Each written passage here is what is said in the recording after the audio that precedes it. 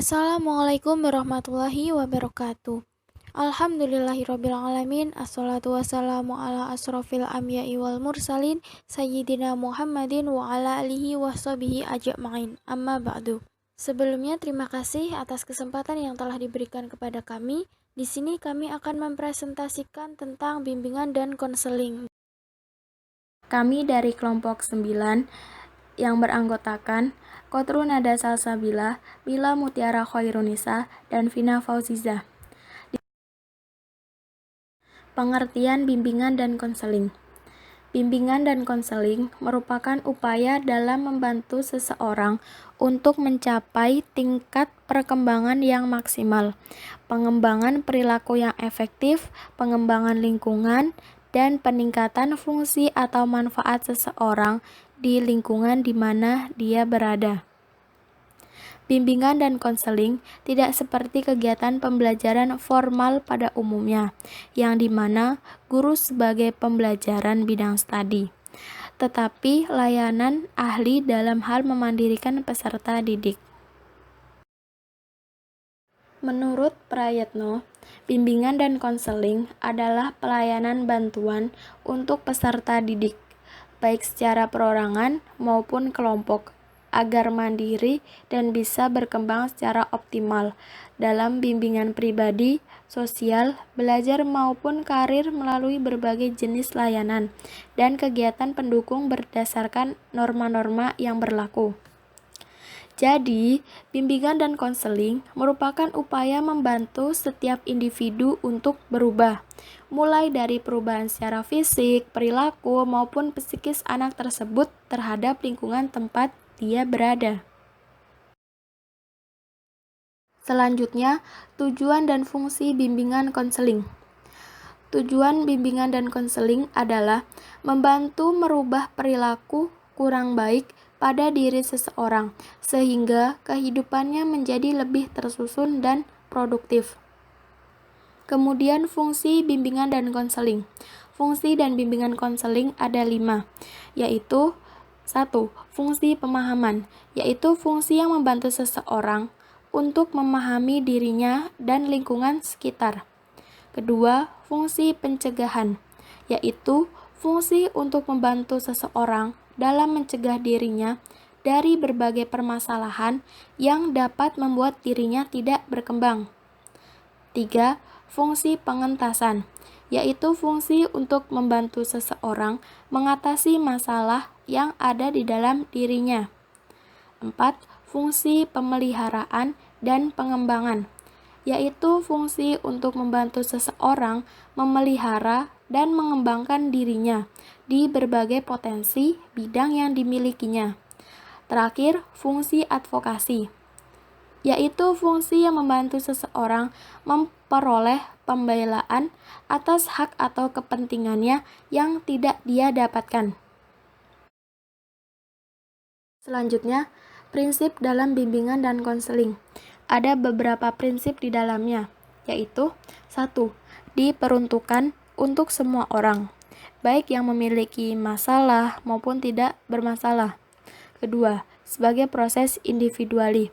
Mengapa dikatakan sebagai proses individuali?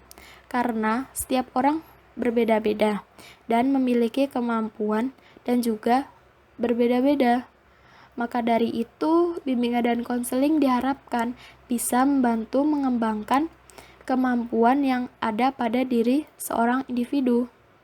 Ketiga, menerapkan hal yang positif di dalamnya. Mengapa kita harus menerapkan hal yang positif di dalamnya? Karena kebanyakan orang menganggap jika ada seseorang masuk di ruang BK atau bimbingan konseling, biasanya orang-orang yang bermasalah. Tapi pada kenyataannya, yang masuk ke ruang BK tidak hanya orang yang bermasalah, seperti orang yang membutuhkan bimbingan tentang beasiswa atau mahasiswa maupun siswa yang berprestasi, dan hal lain sebagainya. Kemudian yang keempat, merupakan usaha bersama.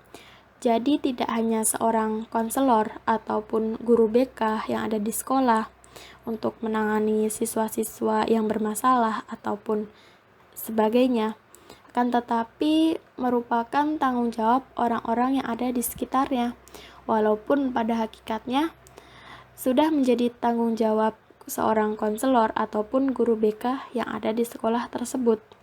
Kemudian yang terakhir, berlangsung dalam berbagai settingan adegan kehidupan. Kenapa demikian? Karena bimbingan dan konseling itu memperkenalkan seorang individu ke berbagai ranah lingkungan yang ada di sekitarnya, sehingga dia tidak lagi kaget dalam lingkungan dia berada. Selanjutnya yaitu jenis-jenis layanan bimbingan konseling. Jenis-jenis layanan bimbingan konseling merupakan realisasi dari berbagai konsep bimbingan konseling yang terdiri dari asas, prinsip, fungsi, dan tujuan bimbingan konseling. Bimbingan konseling sendiri memiliki 6 layanan. Yang pertama yaitu layanan orientasi. Layanan orientasi merupakan layanan bimbingan yang bertujuan untuk mengenalkan siswa pada lingkungan baru sehingga siswa dapat beradaptasi dan menyesuaikan diri pada lingkungan yang baru dikenalnya. Yang kedua, layanan informasi.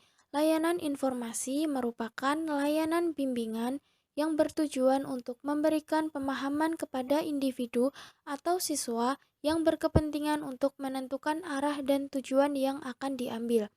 Yang ketiga, layanan pembelajaran.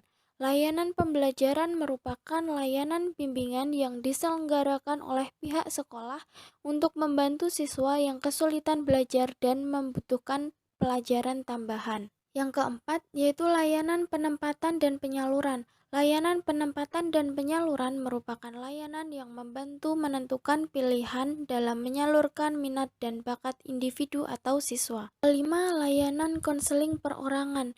Layanan konseling perorangan merupakan layanan bimbingan yang dimaksudkan secara khusus untuk membantu satu individu dalam menyelesaikan permasalahan yang dialaminya. Yang keenam, layanan bimbingan dan konseling kelompok. Layanan bimbingan dan konseling kelompok merupakan layanan bimbingan yang dilakukan dengan sekelompok individu untuk lebih mengefisiensikan waktu. Faktor bimbingan konseling. Perilaku atau sikap individu dalam menghadapi permasalahan dipengaruhi oleh problema atau masalah-masalah yang dihadapinya. Kemungkinan itu dapat disebabkan oleh beberapa faktor baik dari dalam maupun dari luar individu itu sendiri. Ada beberapa faktor yang menyebabkan perubahan perilaku pada anak, diantaranya faktor internal yang berasal dari diri sendiri dan faktor eksternal yang berasal dari lingkungan sekitar. Faktor yang berasal dari diri sendiri misalnya karena perasaan takut akan kegagalan ataupun perasaan tidak percaya diri.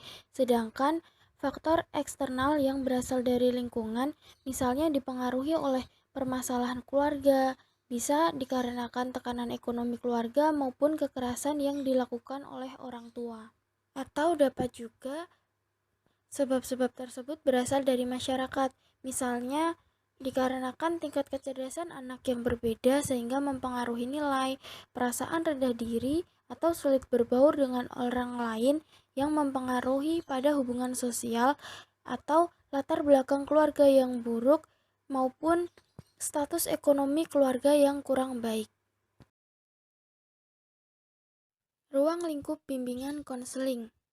Bimbingan konseling terdiri dari 4 ruang lingkup, yaitu bimbingan belajar, bimbingan karir, bimbingan pribadi, dan bimbingan sosial.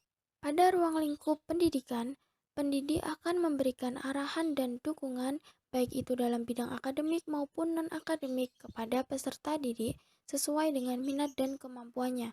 Dengan begitu, peserta didik menjadi lebih terarah untuk menentukan masa depannya.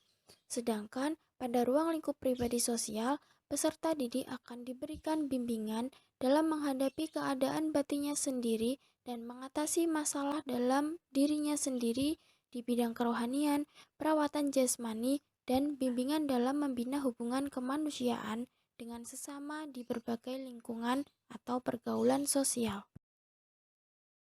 Metode bimbingan konseling.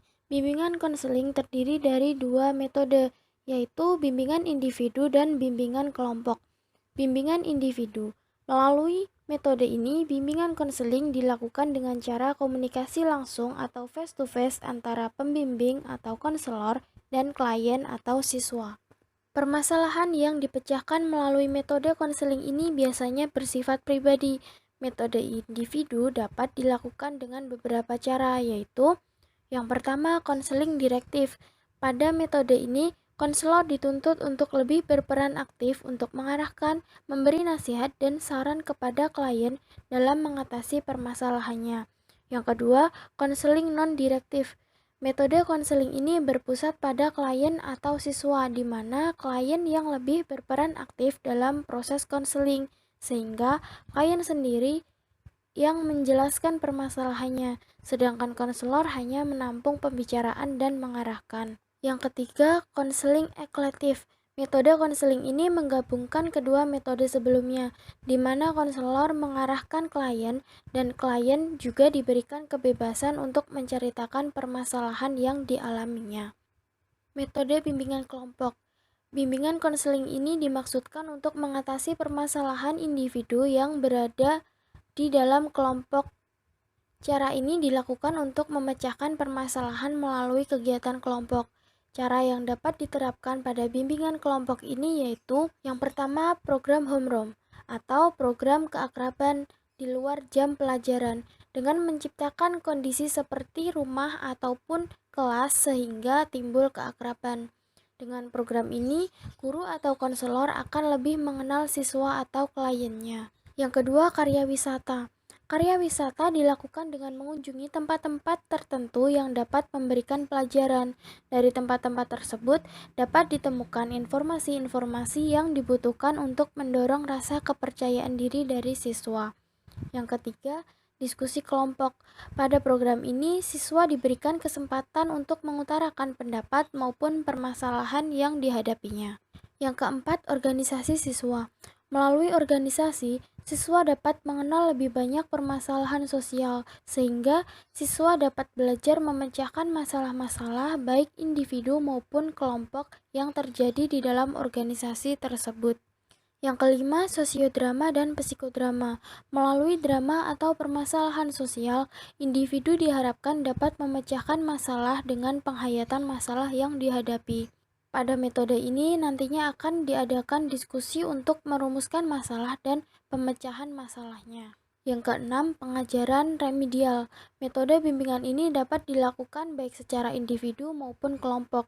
Bimbingan ini diberikan kepada klien atau siswa yang mengalami kesulitan belajar. Menuju pembahasan akhir yaitu bimbingan konseling dalam perspektif Al-Quran dan Sunnah. Bimbingan dan konseling sudah hadir sejak pada zaman Rasulullah SAW. Namun pada zaman tersebut, pengetahuan mengenai bimbingan dan konseling masih sangatlah sederhana.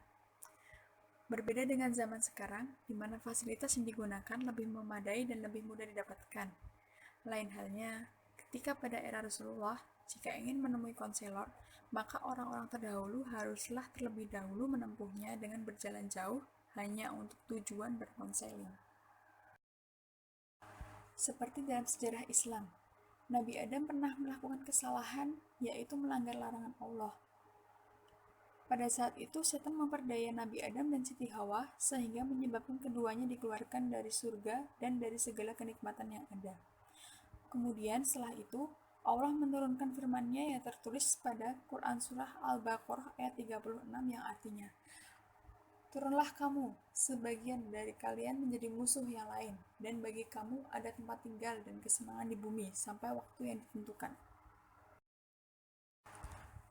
Di dalam bimbingan konseling, perasaan dosa merupakan masalah yang perlu ditangani. Sehingga, setelahnya perasaan dosa yang dirasa oleh Nabi Adam dihapuskan melalui hidayah dari Allah SWT yang dituliskan dalam firman Allah pada ayat berikutnya, yang artinya, kemudian Adam menerima beberapa kalimat dari Tuhannya. Lalu, dia pun menerima taubatnya. Sungguh, Allah Maha Penerima Taubat lagi Maha Penyayang. Pada zaman tersebut sudah banyak contoh-contoh bimbingan dan konseling. Hanya saja belum dinamakan dengan bimbingan dan konseling. Bimbingan dan konseling yang dilakukan Nabi pada zaman dahulu lebih mengarah pada Al-Quran. Sebab Al-Quran sendiri dinyatakan sebagai petunjuk atau pedoman hidup umat manusia, terutama umat Islam, karena di dalamnya mencakup banyaknya bimbingan dan sejarah umat-umat terdahulu, termasuk bimbingan dan konseling itu sendiri. Kemudian dalam Allah Subhanahu wa Ta'ala menyampaikan ayat-ayatnya, banyak ayat yang mengandung bimbingan dan konseling, sehingga pelajaran mengenai materi bimbingan dan konseling itu sudah ada jauh sebelum nama bimbingan dan konseling sendiri ditemukan. Sekian presentasi yang dapat kami sampaikan. Ada kurang dan lebihnya kami mohon maaf. Billahi taufik wal hidayah. Wassalamualaikum warahmatullahi wabarakatuh. Jika ada yang ingin bertanya atau menanggapi, kami persilahkan.